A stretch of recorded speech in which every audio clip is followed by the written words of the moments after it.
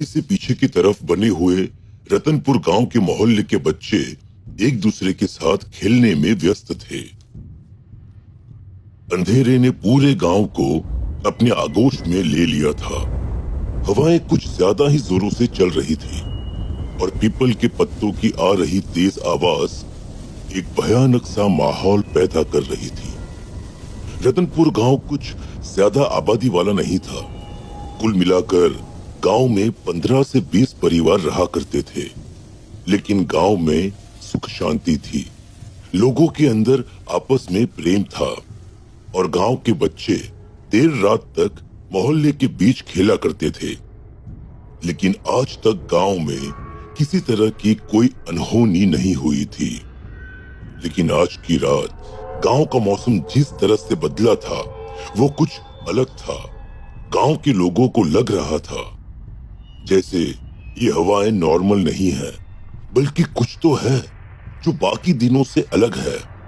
और इसीलिए मोहल्ले के बीचों बीच खेल रही पिंकी, गुड़िया, पप्पू और रानी, इन चारों बच्चों को इनके माँ बाप आवाज देकर बुला रहे थे। लेकिन ये बच्चे खेलने में इतने व्यस्त थे कि इन्हें अपने माँ बाप की आवाज तक सुनाई नहीं दे रही थी। पप्पू, तुझे पता है ये जो हमारे गांव का चौक है ना, इसके सामने गली में जो घर है वो अंदर से बहुत सुंदर है। लेकिन उस घर में तो कोई रहता ही नहीं। तुझे कैसे पता वो घर बहुत सुंदर है? अरे, मेरे पापा ने मुझे बताया था। पहले जमाने में ना ये राजा का घर हुआ करता था। मुझे भी राजा का घर देखना है, कैसा होता है। लेकिन उस घर पर तो ताला लगा हुआ है। उस घर के अंदर कोई नहीं जा सकता। बस मंदिर के पुजारी जी है, वो उसकी साफ सफाई करवाने के लिए जाते हैं कभी कभी। ऐसा कुछ नहीं है, मेरे पापा कह रहे थे, क्योंकि उस घर के पीछे वाली दीवार है ना, वो अब टूटने वाली है और वहाँ पर एक दरवाजा भी है, वहाँ से हम अंदर जा सकते हैं। अरे लेकिन उस दरवाजे पर भी तो ताला लगा होगा ना। जब वो घर कभी नहीं खुलता तो पीछे वाला दरवाजा खुला कैसे रह सकता है? अरे मैं बता रही हूँ ना, दीवार टूट गई है तो दरवाजा कमजोर हो गया है और पुजारी जी ने अभी तक ठीक नहीं करवाया। हम चाहे तो वहां से जा सकते हैं अंदर। चलो ना, चलकर देखते हैं कि राजा का घर कैसा होता है। लेकिन अभी तो वहां पर अंधेरा होगा, इतनी तेज हवा चल रही है, गांव की लाइट भी तो चली गई है। अरे कोई बात नहीं, मेरे पास ना एक लाइटर है, हम उसकी रोशनी में अंदर चले जाएंगे। और इतना कहकर चारों बच्चे उस घर की तरफ चल पड़ते हैं। जैसे ही वो बच्चे उस घर के पीछे के हिस्से की तरफ पहुंचे और उन्होंने उस दरवाजे को हाथ लगाया, उस गांव में चल रही हवाएं कुछ ज्यादा जोर से चलने लगी। आसमान में जोर से बिजली कड़की और बिजली के कड़कने की आवाज सुनकर वो चारों बच्चे बुरी तरह से सहम गए। मुझे लगता है हमें वापस घर चलना चाहिए। देखो ना, कितने जोर से आंधी चल रही है और माँ भी कब से आवाज दे रही है। अब यहाँ तक आ गए हैं तो राजा का घर देख कर ही जाएंगे ना। गुड़िया बिल्कुल ठीक कह रही है, चलो इस दरवाजे को धक्का देते हैं। वो सारे बच्चे मिलकर उस घर के पिछले हिस्से के दरवाजे को धक्का मार देते हैं। लेकिन धक्का मारते ही एक बहुत ही भयानक चीखने की आवाज उन्हें सुनाई देती है। आसमान में जोर से बिजली कड़कती है और चारों बच्चे वहां से भाग जाते हैं। पिंकी के घर उसकी माँ राधिका और पापा रमेश उसका बहुत देर से इंतजार कर रहे थे। पिंकी बेटा, मैं कब से तुम्हें आवाज दे रही थी, लेकिन तुमने मेरी आवाज ही नहीं सुनी। देखो बेटा, आज गांव का मौसम कुछ ठीक नहीं लग रहा और जब भी मौसम खराब हो ना तो जल्दी घर पर वापस आ जाया करो। लेकिन पिंकी का चेहरा देखकर लग रहा था जैसे उसे अपने माँ बाप की आवाज सुनाई नहीं दे रही थी। पिंकी को कोई जवाब ना देता हुआ देखकर राधिका ने उसके कंधे पर हाथ रखा। जैसे ही राधिका ने पिंकी के कंधे पर हाथ रखा, राधिका ने पलटकर बड़े ही भयानक अंदाज में अपनी माँ की तरफ देखा। उसकी आंखें एकदम गुस्से से लाल हो रही थी। राधिका एक बार के लिए घबरा गई। पिंकी बेटा, क्या हुआ है तुझे? और ये तेरी आंखें? मुझे बहुत तेज नींद आ रही है, मुझे सोने जाना है। अरे बेटा, लेकिन अभी तक तूने खाना भी नहीं खाया है, खाना तो खा ले बेटा। ठीक है माँ, मुझे खाना दे दो। राधिका ने खाने की थाली पिंकी के आगे सरका दी। देख, आज ना तेरी पसंद की दाल बनी है। इस दाल के साथ तो तुम पूरी 2 रोटी खा लेती है ना? लेकिन पिंकी ने अपनी माँ की बात का कोई जवाब नहीं दिया और चुपचाप खाना खाने लगी। देखते ही देखते पिंकी ने दोनों रोटियां खत्म कर दी। अरे क्या बात है, ऐसा लगता है कि आज तो हमारी बिटिया को दाल कुछ ज्यादा ही पसंद आ गई। और रोटी चाहिए? अरे भाई, अरे इसमें पूछने वाली बात क्या है?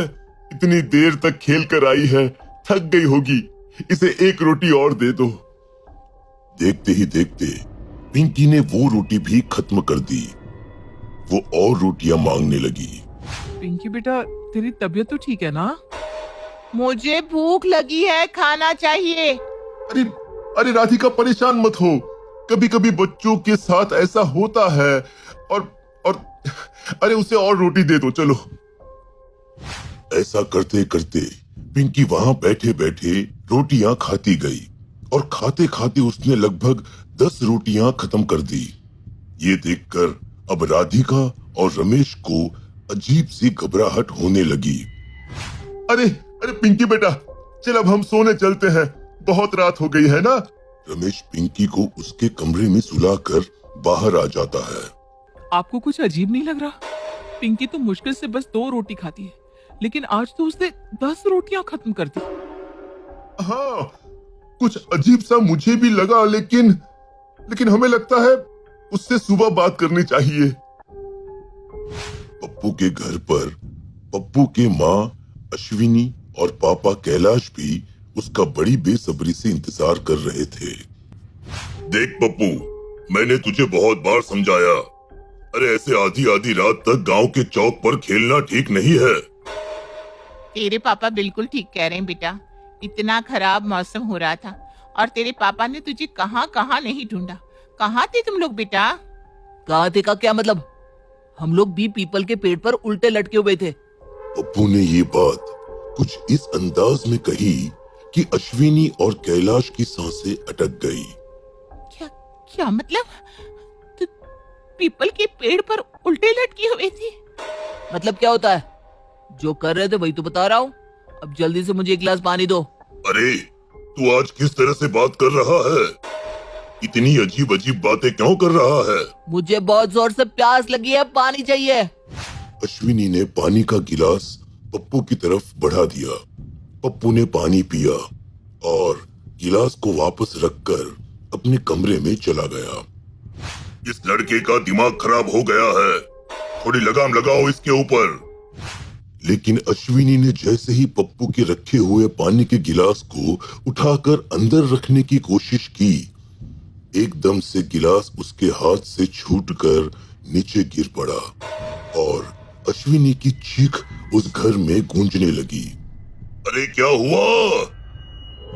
अश्विनी ने अपना हाथ कैलाश को दिखाया जो अब जल चुका था और उस पर फफोले पड़ गए थे। अरे ये क्या हुआ अश्विनी, तुम्हारा हाथ कैसे जल गया? मुझे कुछ समझ में नहीं आ रहा। पप्पू ने इस ग्लास में पानी पिया था और उसके बाद ये ग्लास किसी अंगारे की तरह दहक रहा है। आपको नहीं लगता कि बहुत कुछ गलत हो चुका है? उधर पप्पू अपने कमरे में दीवार पर बिना किसी सहारे के चल रहा था। पप्पू के कमरे का माहौल कुछ अजीब था। पप्पू की आंखें बाहर निकल आई थी, लेकिन उसके माँ बाप इस बात से बिल्कुल अनजान थे।